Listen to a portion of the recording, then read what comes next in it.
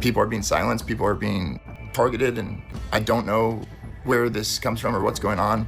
But yesterday I thought it was an overload because of the followers and comments and all this stuff like that, so I had to turn off my notifications. And then later on when I assessed the situation, I figured out, no, my phone turning different colors and feeling like it's lagging when I'm typing and all this weird stuff, and watching it type different things that I'm not typing, just a bunch of strange things. I know I sound like a cuckoo when I'm saying this, but woke up today and a bunch of my videos are gone, not from TikTok, from my library. What happens when someone says the truth, and then their words, their files, even their videos suddenly disappear? Before we begin, make sure to subscribe so you never miss an update as this story continues to unfold. It began quietly, almost invisibly. Ryan Simmons, an ordinary man who claimed to have witnessed something connected to the tragedy surrounding Charlie Kirk's death, said he noticed something strange. Videos and files he had saved on his phone, his hard drives, and cloud storage were suddenly gone. At first, he thought it was a technical glitch. Phones crash, storage corrupts, it happens. But then, as more footage vanished, and as he retraced every step to find out what went wrong, he realized this wasn't just about lost data. It felt personal, like someone or something didn't want those files to exist. Ryan had filmed moments he believed were important. They weren't dramatic clips or sensational footage, just fragments of a day that became historic for the wrong reasons. After the tragedy, he felt a responsibility to share them, not for fame, but for truth. But when he began contacting investigators, he said the strange activity began. His videos disappeared from his phone, some folders emptied overnight. Files stored on hard drives, disconnected from the internet, also appeared tampered with. For Ryan, that was the moment confusion turned into fear. He described the experience as surreal, watching his phone behave oddly, colors changing, screens freezing, even typing words he didn't type. While some might dismiss this as paranoia or coincidence, for Ryan, it was too specific, too connected to his attempts to report what he'd seen. What unnerved him most wasn't just the missing videos, but the silence that followed. The people he thought would help him, those he trusted to protect truth, stopped responding. Calls went unanswered. Promises of follow-ups faded. It wasn't a threat that silenced him. It was neglect. The kind that feels quiet, polite, and deliberate all at once. That silence became heavier when he recalled a particular call from an official he had spoken to. According to Ryan, the person suggested he delete the videos to avoid emotional distress. The reasoning was compassionate on the surface. Why keep painful footage that could trigger trauma? Yet something about it unsettled him. Why erase the only proof he had, especially when investigators had already received copies? The request lingered in his mind, raising quiet suspicion. It wasn't framed as an order, just a suggestion, but it carried weight. And when he received a follow-up call asking again whether he'd deleted them, his unease deepened. Ryan's experience at this point had evolved from confusion into a pattern that felt intentional. He had spoken to multiple people, first at his local field office, then at higher levels of authority, and each conversation followed a similar rhythm: initial interest, followed by distance. It was as if his words moved up the chain only to vanish somewhere along the way. That, for him, was the most painful part. Not rejection, but silence. Because silence makes you question everything: your memory, your sanity, even your purpose in speaking out. To be fair, investigations often require confidentiality. Procedures are meant to protect evidence, not suppress it. But when that boundary becomes unclear, when citizens start feeling like their voices don't matter, the system begins to lose something vital: trust. Ryan didn't accuse anyone. He didn't name names. He simply expressed confusion over why the process felt so cold, so mechanical, so unwilling to communicate. It wasn't about blame. It was about being heard. As his communication with officials faded, Ryan noticed others around him experiencing something similar. People who had posted footage online, others who said they were at the same event, began reporting missing videos, corrupted files, or vanished posts. Some brushed it off as platform glitches. Others felt it was something deeper. Ryan didn't want to speculate, he wanted answers. But every attempt to find them seemed to meet the same wall of procedural politeness that told him, indirectly, to stop asking questions. This pattern, of ordinary people feeling quietly discouraged raises a larger question about how justice systems handle citizen witnesses in high-profile cases. It's easy for institutions to appear guarded, especially when emotions are high and misinformation spreads quickly. But to those outside the system, silence doesn't always look like professionalism. Sometimes it looks like avoidance. And that perception alone can cause as much damage as any wrongdoing. In this sense, Ryan's story isn't just about missing videos or fading communication. It's about the subtle ways in which ordinary voices can be drowned out by bureaucracy. Not through threats or censorship, but through distance. Emails that never arrive, calls that never return, explanations that never come.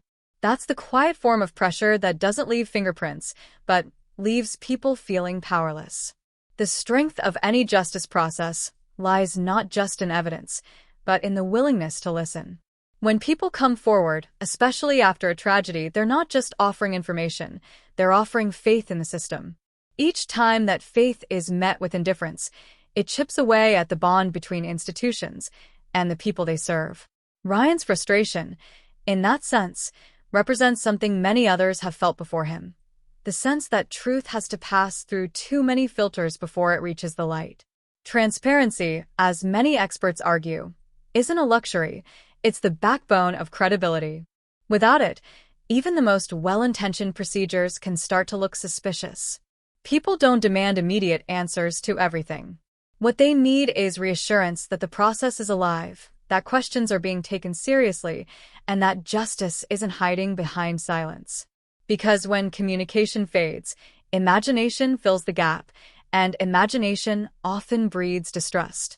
Ryan Simmons' story reminds us of that fragile balance. On one hand, there's the need to protect evidence, to prevent leaks or misinformation. On the other, there's the duty to keep the public informed and reassured. Too much secrecy can make people feel shut out. Too much openness can compromise investigations. But when the balance tips too far towards silence, even the most procedural caution can start to feel like concealment. This is where Ryan's experience carries weight, not because it proves wrongdoing, but because it reveals perception. When people begin to feel unheard, that feeling becomes its own kind of evidence. And in a world where public trust already feels stretched thin, perception can shape reality faster than facts can catch up. The tragedy surrounding Charlie Kirk's death isn't just a single case, it's a reflection of something broader. It shows how communication, or the lack of it, defines how people view justice. Delayed updates, missing information, or procedural reticence might not be intentional, but they feed the same result: uncertainty. And uncertainty, when left alone too long, grows into suspicion. What Ryan's story asks, without accusation, is a simple, human question: are institutions still listening to the people they serve? Do ordinary citizens still feel safe coming forward when their experiences don't fit neatly into official narratives? Because if the answer ever becomes no, justice loses its foundation. It's often said that truth is the first casualty in moments of confusion. In that light, Ryan Simmons' missing videos are more than just digital files. They've become a symbol of something larger, something that stretches beyond one man's story. They represent the fragility of truth in a time when communication falters, when people stop talking, and when silence begins to speak louder than facts. Each lost clip is not merely data erased from a hard drive. It is a metaphor for every unanswered question and every unreturned call that leaves ordinary citizens wondering whether their voices still carry weight. When you think about it, the mystery surrounding Ryan's missing footage is not just about evidence. It's about the erosion of confidence. It's about what happens when people begin to suspect that truth is being filtered, delayed, or diluted before it reaches them. Every time a file disappears, every time an official refuses to comment, the distance between authority and public trust widens just a little bit more. And that's what makes this case so unsettling. It isn't the disappearance itself that hurts the most. It's the feeling of being left in the dark. Ryan doesn't call himself a hero, and he certainly doesn't claim to be a victim. He describes himself simply as a witness, someone who saw something, tried to report it, and then watched as the system around him seemed to go quiet. In his words, He isn't searching for fame or sympathy, he's searching for acknowledgement. He wants to know that his effort to do the right thing wasn't in vain. For him, those missing files are a reminder of how fragile truth can be when it's left unguarded. His story, while small in the grand scale of the Charlie Kirk case, touches on something universal, the quiet struggle of those who try to speak up, only to feel forgotten once their usefulness fades. His testimony may not alter the trajectory of the ongoing investigation. It may not reveal the hidden motives or missing pieces everyone keeps speculating about. But it serves a deeper purpose. It reminds us what's truly at stake when transparency begins to fade.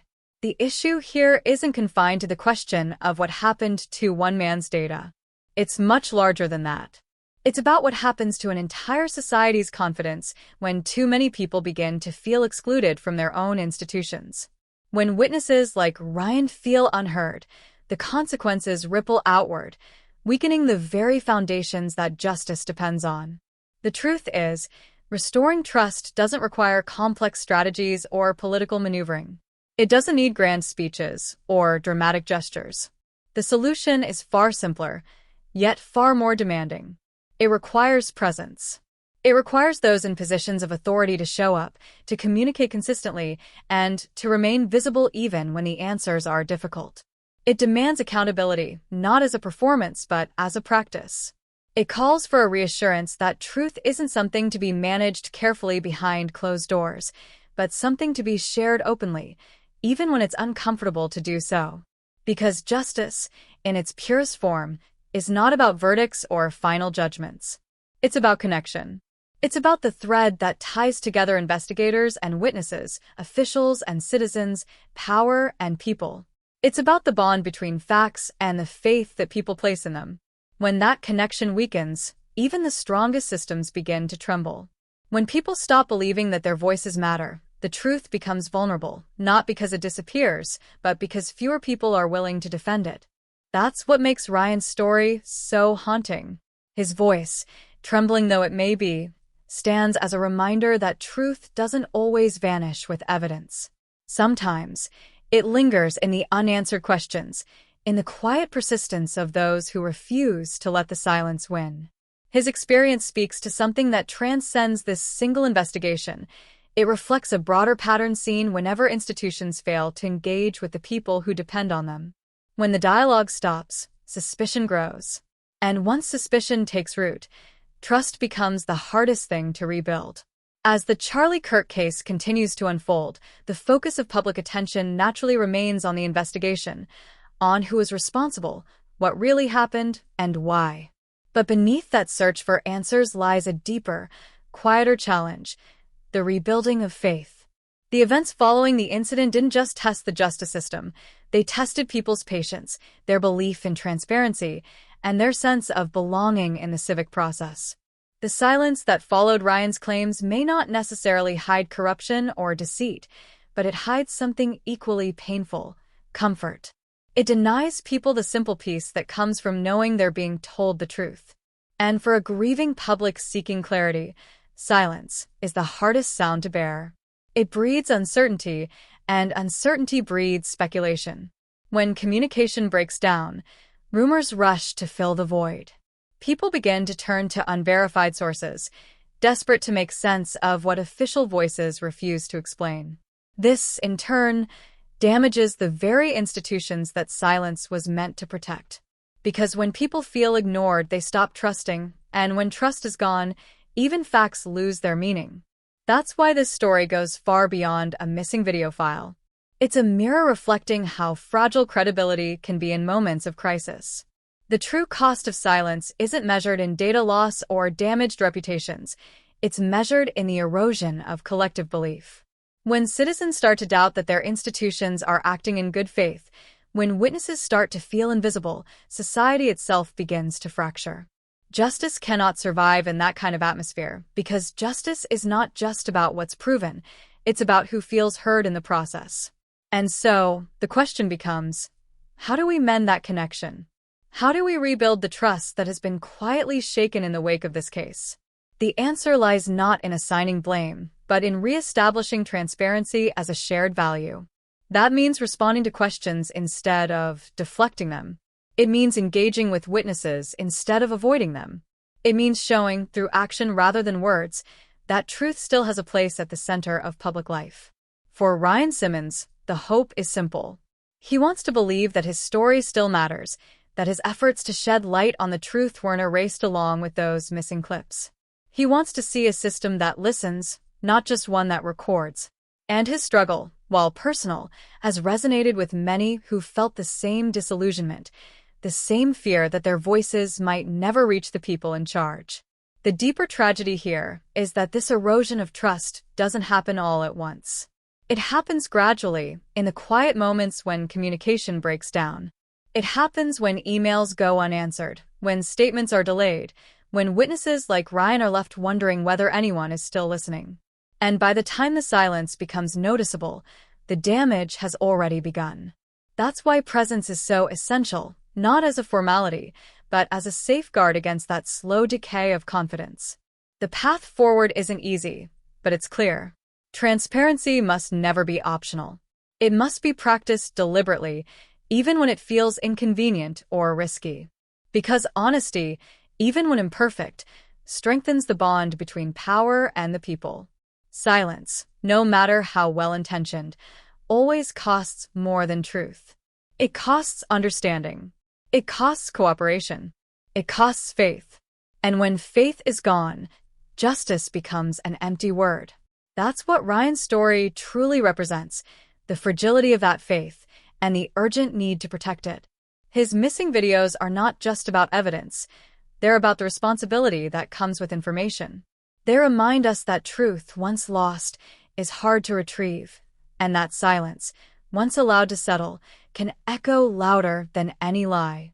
As this story unfolds and the Charlie Kirk case continues to evolve, one truth remains constant. Justice depends on more than discoveries and reports. It depends on the people who are willing to keep asking questions, even when the answers come slowly. It depends on witnesses like Ryan, who continue to speak up despite uncertainty. It depends on citizens who refuse to let confusion drown out accountability. Because justice doesn't just depend on what's found, it depends on who feels heard. That's the lesson this story leaves us with. The files may be missing, but the questions remain. And those questions, persistent and unrelenting, are the heartbeat of a society still searching for truth. The only way forward is through open communication, shared accountability, and a renewed commitment to transparency. Anything less risks deepening the very silence that caused this fracture in the first place. So, as this story continues to develop, remember, the truth doesn't always vanish when evidence does.